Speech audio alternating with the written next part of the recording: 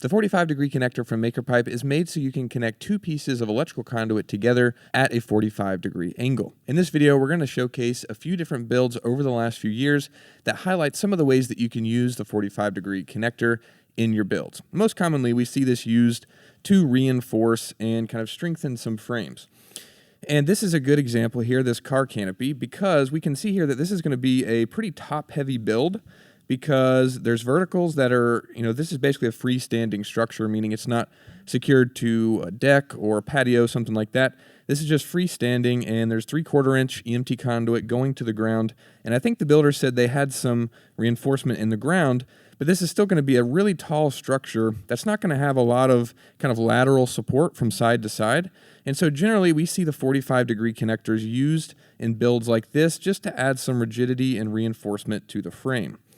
Now, usually verticals are the strongest kind of brace that you can add, and it would be nice if you could have, 2 more verticals on this build. But obviously, that would block the car and kind of defeat the whole purpose of the structure, and that's where the 45-degree connector comes in handy, because you can add those 45-degree braces in the corners and add some rigidity and some stability to the frame that you kind of miss out on if you don't have anything at all there. It'll be really wobbly side to side, but those 45-degree braces really help a lot with reinforcing that frame. So that's kind of a common way that we see it used in a lot of structures. But we can also see it used in other scenarios where it's kind of similar, where a vertical would be great here. This is a triple monitor stand for a racing simulator, and it would be nice if there were verticals directly under the weight of where the monitor is connected here.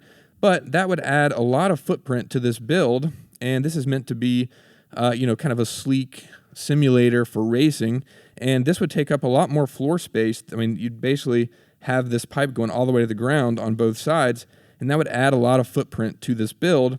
So what they did was basically reinforce from the connection point of the monitor down to the vertical support here. So that's kind of what you're doing with the 45-degree connector. You're kind of transferring the load down to a vertical, because verticals are going to be strongest because you're going to have such a long span of conduit. It's going to be hard for that to crumple, a lot harder for it to crumple downward than it would be for a horizontal to bend, because you're dealing with, an inch or so of thickness as opposed to however tall this vertical is. Hopefully that makes sense. But basically the 45-degree connector is being used to add a reinforcement here that's sending the weight from the monitor here down to the vertical down here with another 45-degree connector. And that's just going to help reinforce this and kind of keep that horizontal from sagging underneath the weight of the monitor. So that's another common way. And this next build is very similar in kind of what is happening and how the 45 is being used. You can see here this kayak and stand-up paddleboard rack is attached to this trailer. And again, let's just say we wanted to add verticals here underneath. Okay, so you got the stand-up paddleboards up top. You got 2 of them. Let's say you wanted to support the weight of those, because basically there's one vertical currently, and then you've got these arms that extend out on both sides to support the weight of the paddleboards. And let's say there's no bracing. These paddleboards aren't that heavy, but you run the risk of those horizontal pieces sagging under the weight of the paddleboard. So with the 45-degree connectors added here, going up and grabbing onto the horizontal bar, there's also another one back there from the middle of the frame going down. And that's just going to help with overall stability and also supporting the weight of the paddleboards on top of the frame. Because obviously, like I said, we can't have those verticals, because then that would get in the way of the kayak. And it's storming outside, if you can't tell. So sorry for the noises. The building is creaking and it's thundering and lightning. So hopefully I don't lose power, and sorry if it's really loud. But as I was saying, if you have those vertical supports, the kayak wouldn't be able to run continuously on the frame there, and that kind of defeats the whole purpose of the build again. So the 45-degree connector really comes in handy, allows you to add some rigidity to the frame and support the weight of whatever it is you have on top. So that's another great example of how that's used. Here we can see the 45-degree connector makes a really good complementary angle to the 90-degree connector. This is a fantastic greenhouse that was shared a while back. And we can see here the 90-degree connector is being used for the peak of the roof. And we can see here that the pipes from that are going down And then the 45-degree connector is complementing that angle and kind of completing it and grabbing onto this vertical support here. And that's a really handy thing to keep in mind if you're doing roof structures for a greenhouse or for an enclosure or for different builds that require a roof. You can do a 90-degree peak, which is really steep. That's really easy to accomplish with a 90-degree connector. And then you can complement that with the 45-degree connector.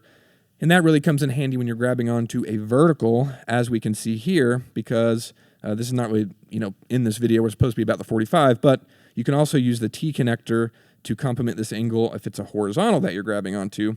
But otherwise, you're kind of stuck, but that's where the 45-degree connector comes in handy here and allows you to grab onto verticals. So that's really cool and something I wanted to keep in mind and mention to you guys.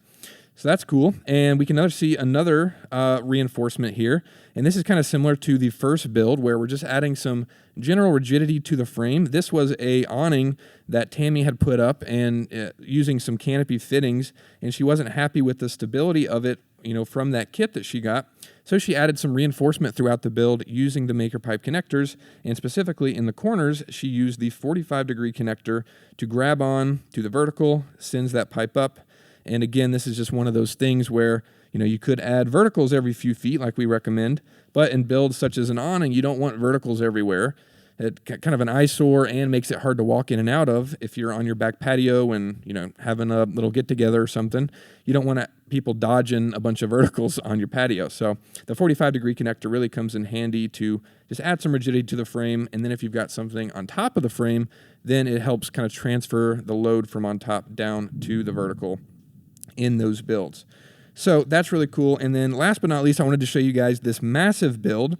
And this kind of incorporates a couple of different techniques. This is using 45-degree connectors. We can pay attention here.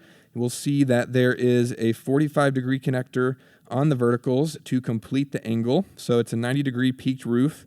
Up there, we can see a bunch of the 90s being used.